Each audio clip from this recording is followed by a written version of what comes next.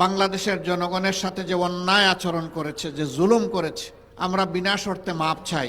আমরা ভালো হয়ে গেছি, এখন দেশের জন্য ভালো কিছু করতে চাই।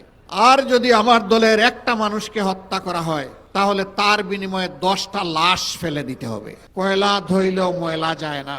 আমরা আশা করেছিলাম 72-এর 10 জানুয়ারি থেকে 75-এর 15 আগস্ট পর্যন্ত দেশে যে ফ্যাসিবাদ কায়েম হয়েছিল, এক নায়কতন্ত্র কায়েম হয়েছিল, যার পরিণতি সচক্ষে দেখেছে দেশের মানুষ, এটা থেকে আওয়ামী লীগ শিক্ষা নিবে।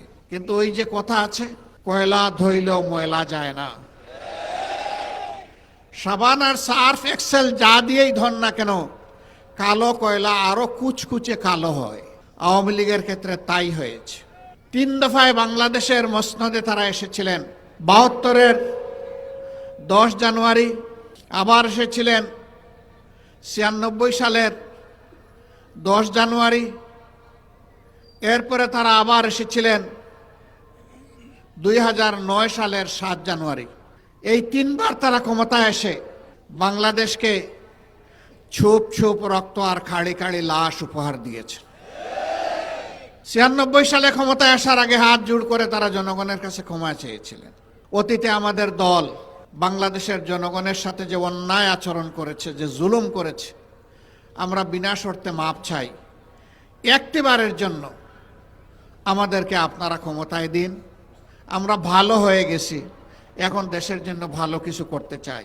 হাতে তসবি ছিল, মাথায় ঘুমটা ছিল। জনগণ সহজ সরলভাবে ধারণা করেছিল তাদের মানসিকতার পরিবর্তন হয়েছে, কিন্তু না।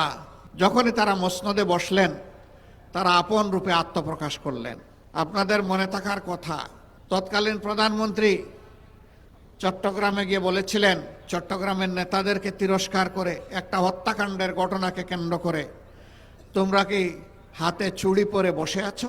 তিনি ঘোষণা দিয়েছিলেন, আর যদি আমার দলের একটা মানুষকে হত্যা করা হয়, তাহলে তার বিনিময়ে 10টা লাশ ফেলে দিতে হবে। এই ছিল একজন প্রধানমন্ত্রীর দায়িত্ব জ্ঞানহীন হুঙ্কার, আস্ফালন। তারা তাই করেছিলেন। সেই সময়টা খালে বিলে, নদীতে, নালায়, জঙ্গলে, হাটে মাঠে সর্বত্র মানুষের টুকরা টুকরা লাশ পাওয়া যেত। এরপরে জনগণের দ্বারা তারা প্রত্যাখ্যাত হলেন।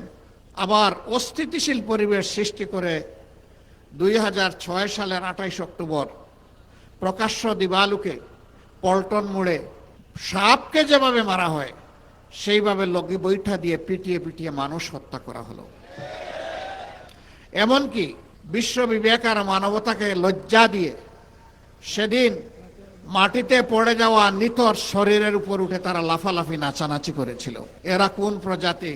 এরা কি আসলেই মানুষ প্রজাতি? পশুও এরকম আচরণ করে না। তারা তাই করেছিলেন। সেদিন টেলিভিশনের সামনে বসে থাকা শিশুরা চিৎকার দিয়ে অনেকে বেহুশ হয়ে পড়েছিল। এমন কোনো জনপদ খুঁজে পাওয়া যাবে না আমাদের মাদের ইজ্জত তাদের হাতে যেখানে লুণ্ঠিত হয় নাই। একটা প্রতীকে ভোট দেওয়ার অপরাধে নোয়াখালীর সুবর্ণচরে আমার একজন মায়ের কি অবস্থা হয়েছিল, 18 কোটি মানুষ তার সাক্ষী। এই রাজনীতি বাংলাদেশে অচল। এই রাজনীতির পাহারাদারি যারা করতে পারবে তারা অচল মালে পরিণত হবে।